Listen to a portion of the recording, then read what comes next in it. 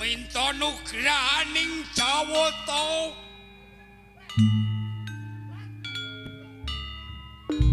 supaya ento bisa kinabulan apa kang dadi panjang aku. Aku ngundang para lembut Sim setan ilu-ilu balaspa genderwo tetean topeng regis kelenting mungil. Hei setan setan podon jangkung ana ing setiaku.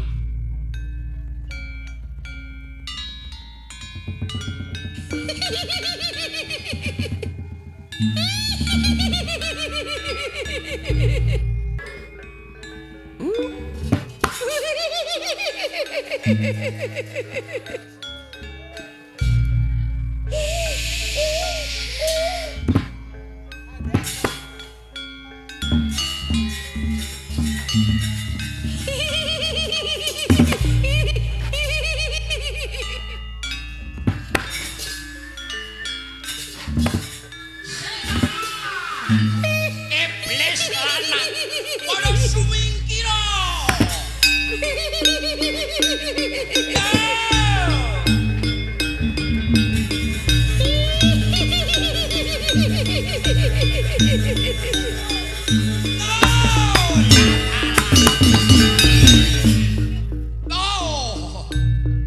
Ndak kira pancong kok bisa kasempatan.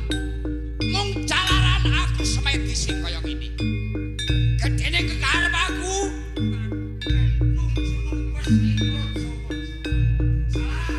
Nalika semono, ya ajar pamengger wis gawe wirang. Digawe wirang wong Praja-Maja.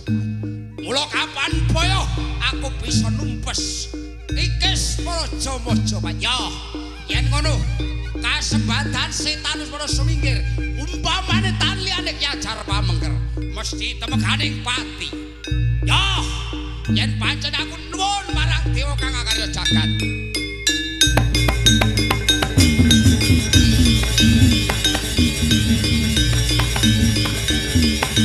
Dewa!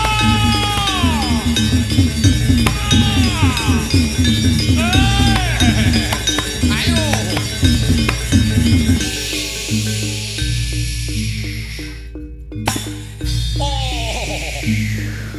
Wujud kendali iki tinggalane nguris Pepo Minajinggo. Wong wujudane iki. Ya, yen pancen pinaka dalan, aku nuju Maja wae. Yen ngono kita pujo, wujude iki dadi opo pungkasan. Oh! Yen pancen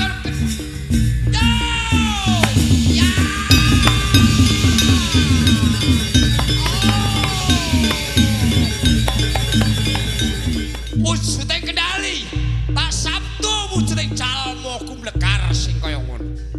Dole cetha ento kowe wujudan sing kaya ngono.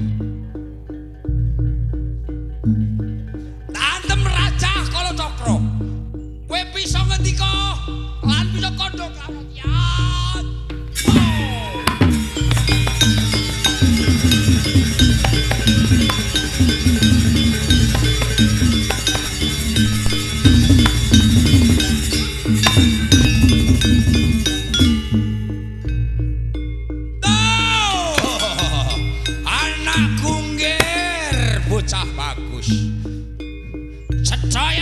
Kumlekar sing kaya ngono. Ora ngerti yen kowe kawujudan saka apa. Mula bukaning tuli. Mbok menawa jalaran Rama ki bisa gawe wirang Praja-Maja wae. Mung jalaran teko kowe, Yer. Awet lara atining Rama. Lamun ora bisa gawe tumpes ing Praja-Maja wae. Ya, sawantara tak bukaning lalamu supaya bisa ngendika marang Rama. Ya. Dah.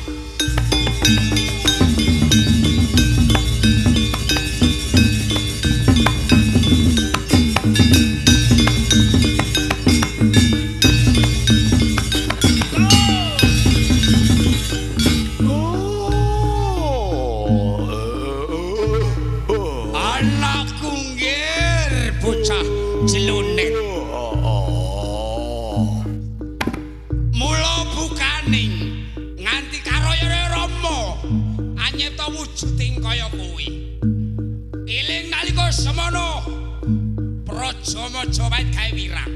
Jalaran mung kaya kowe sing bisa nebus wiranging Rama ya, Nger.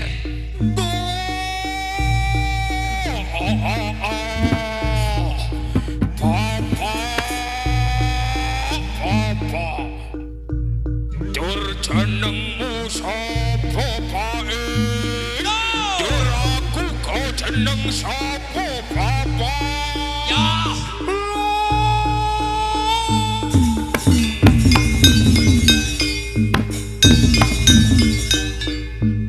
Pancen dasar kapara nyata Duli. Yen to kowe tak gemblek karaning calma sing kaya ngono. Mula yen to kowe njaluk asma. Kuwi dangetno. Kowe tawani tenger Mina Kendali. Putih.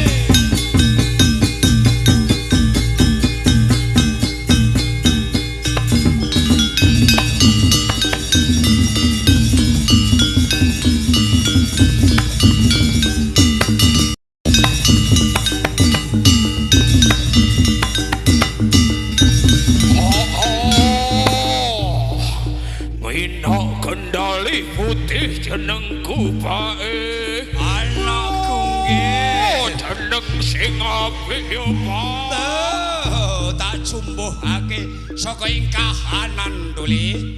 Yen to kowe tak wis wujuding Kendali putih. Jalaran kowe asal usulmu wujuding tinggalaning Guru Bisma Minajinggo.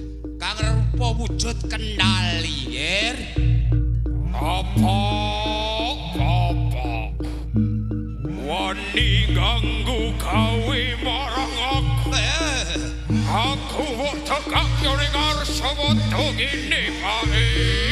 Ono wigati apa? Anakku Mina Kendali putih. Sun jarwani widaketna Duli. Jalaran Rama nganti tekad muja marang kuwi. Isi kang wigati. Nalika samono Rama diwirangake kelan Praja Majapahit.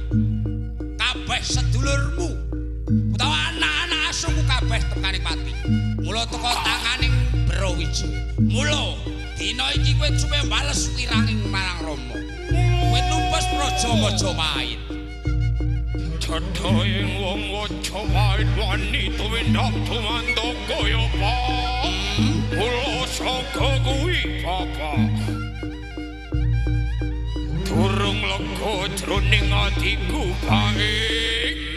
Yen to aku ora bisa males batine kabeh para sedulurku, Bapak. Mula pangangkaing Rama Duli. Sadurunge kowe jumangkah Kraton Majapahit. Ana negara kang gedhe kang diarani negara Manyar Gading. Negara Manyar Gading wae. Minangka kanggo balaning awak menuju Majapahit. Bedan jaluan negarane Praja Manyar Gading sing jejuluk Prabu Bagus Kuswara.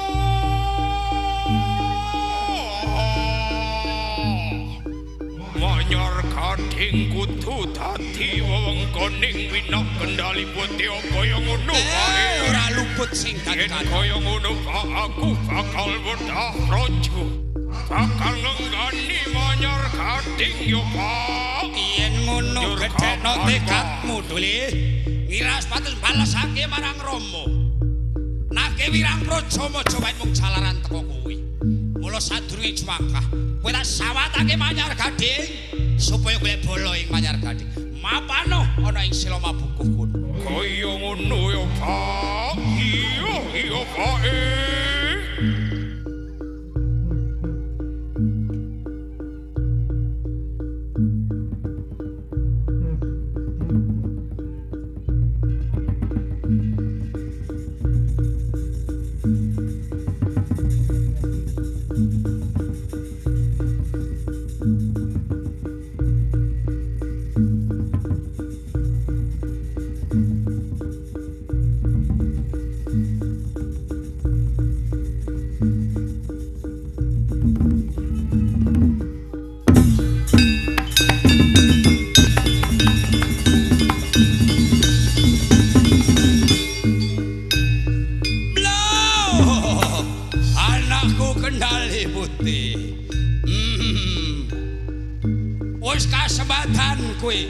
munggah ing sanggar pawana. Mula mlaku tumindak ing Manyar Gading.